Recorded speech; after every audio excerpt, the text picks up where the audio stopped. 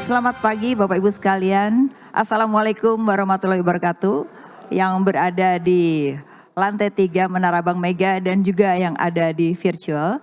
Pada hari ini kita bertemu lagi pada acara 100 ekonom, Saresehan 100 Ekonom Indonesia. Dan kita sudah mendengarkan tadi apa yang disampaikan oleh Bapak Jokowi. Menarik sekali bahwa kita nggak boleh berpikir tentang hanya makro dan mikro. Bahkan kita harus berpikir out of the box dalam melakukan sesuatu, baik itu pelaku, juga regulator maupun juga pemerintah. Nah, topik kali ini menarik untuk diangkat, yaitu normalisasi kebijakan menuju pemulihan ekonomi. Mengapa topik ini diangkat? Topik ini diangkat karena 2023 masa berakhirnya Perpu, sehingga tidak ada lagi restrukturisasi kredit, APBN kembali ke 3%, kemudian juga Bank Indonesia tentu saja burden sharingnya telah berakhir. Nah, apa yang akan dilakukan oleh regulator dan pemerintah, juga para pelaku ekonomi, ini perlu sekali dibahas. Nah, oleh karena itu pada hari ini kita akan membagi menjadi 4 klaster di dalam topik pada pagi hingga siang hari ini. Topik yang pertama adalah keterkaitan antara klaster moneter, perbankan, dan keuangan. Sedangkan yang kedua adalah kita bicara tentang fiskal dan pembangunan daerah. Dan yang ketiga adalah klaster industri dan perdagangan. Dan yang terakhir adalah bicara tentang energi dan pangan. Nah, untuk yang klaster pertama ini kita akan mulai dengan 4 narasumber. Yaitu yang pertama adalah Ibu Anika Faisal, Sekjen Perbanas. Kemudian yang kedua adalah Bapak Eko Listianto, Wakil Direktur Indef.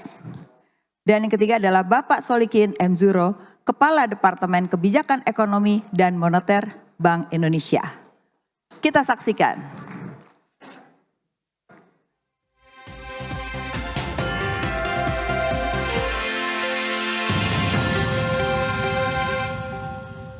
Baik. Nah, 4 narasumber tentu saja saya akan membuatnya adalah tentu para pelaku dan ekonom dulu. Nanti Bank Indonesia yang akan menjawab dan menanggapi apa yang akan disampaikan oleh para ekonom dan juga pelaku. Dan tentu saja jangan lupa para peserta yang hadir di sini atau yang virtual bisa menyampaikan pertanyaan di kolom chat. Nanti akan dibacakan dan akan dipilih oleh panitia. Baik, yang pertama tentu saja di sini yang saya akan tanyakan dulu pelaku, setelah pelaku baru para ekonom ya. Ibu Anika Faisal sebagai Sekjen Perbanas. Kita melihat bahwa perbankan sekarang kinerjanya sudah cukup baik, di mana pertumbuhan dari kredit 11%, kemudian KAR-nya rata-rata di atas 24% gitu ya. Namun ini karena ada kebijakan terkait juga dengan restrukturisasi kredit ya. Nah, itu menjadi isu pertama, di mana Maret 2023 ini akan berakhir. Nah, ketika akan berakhir tentu saja mungkin akan terjadi NPL yang meningkat ya. Yang kedua, debitur banyak yang tidak mampu membayar dan kemudian perbankan tentu saja akan menurun kinerjanya.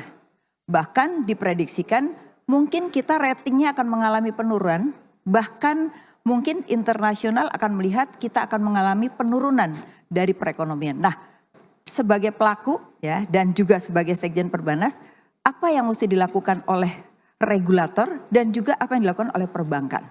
Silakan Bu Anika. Terima kasih Bu Afiliani.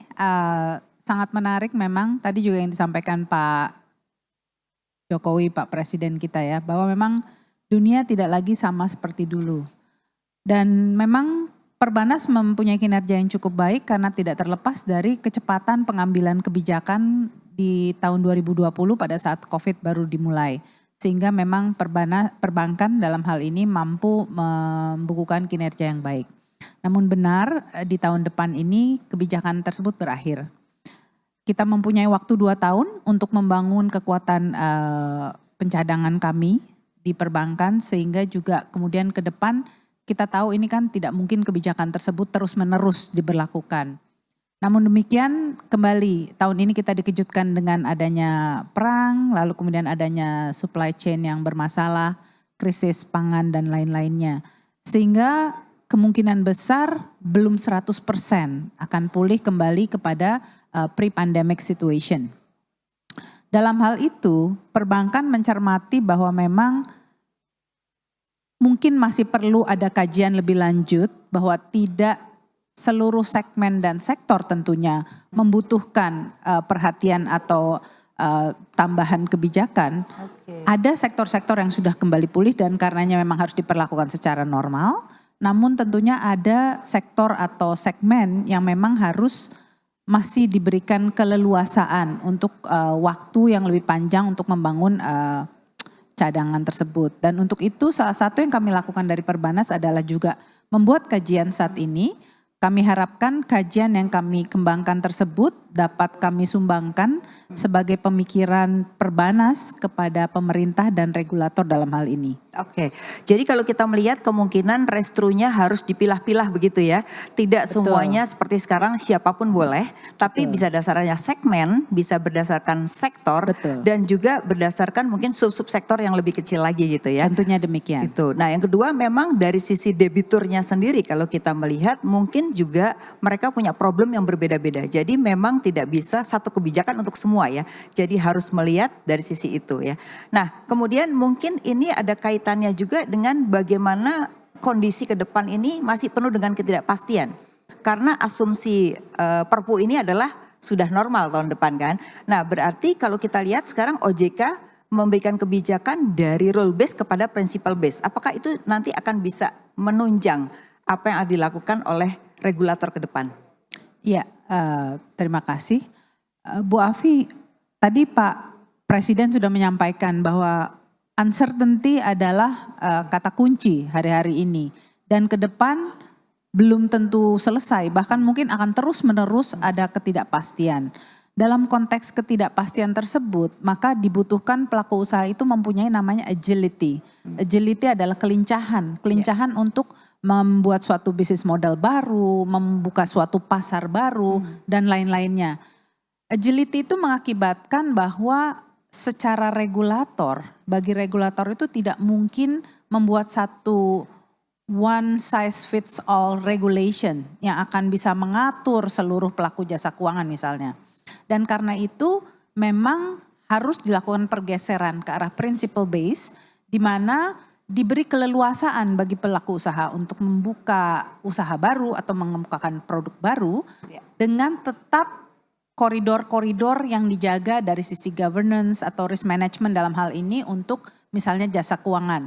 Hal ini juga mengarah kepada kenapa tadi juga disebut mengenai digitalisasi, pentingnya digitalisasi ke depan untuk kembali lagi mengembangkan pasar, mengembangkan potensi yang ada di Indonesia sendiri.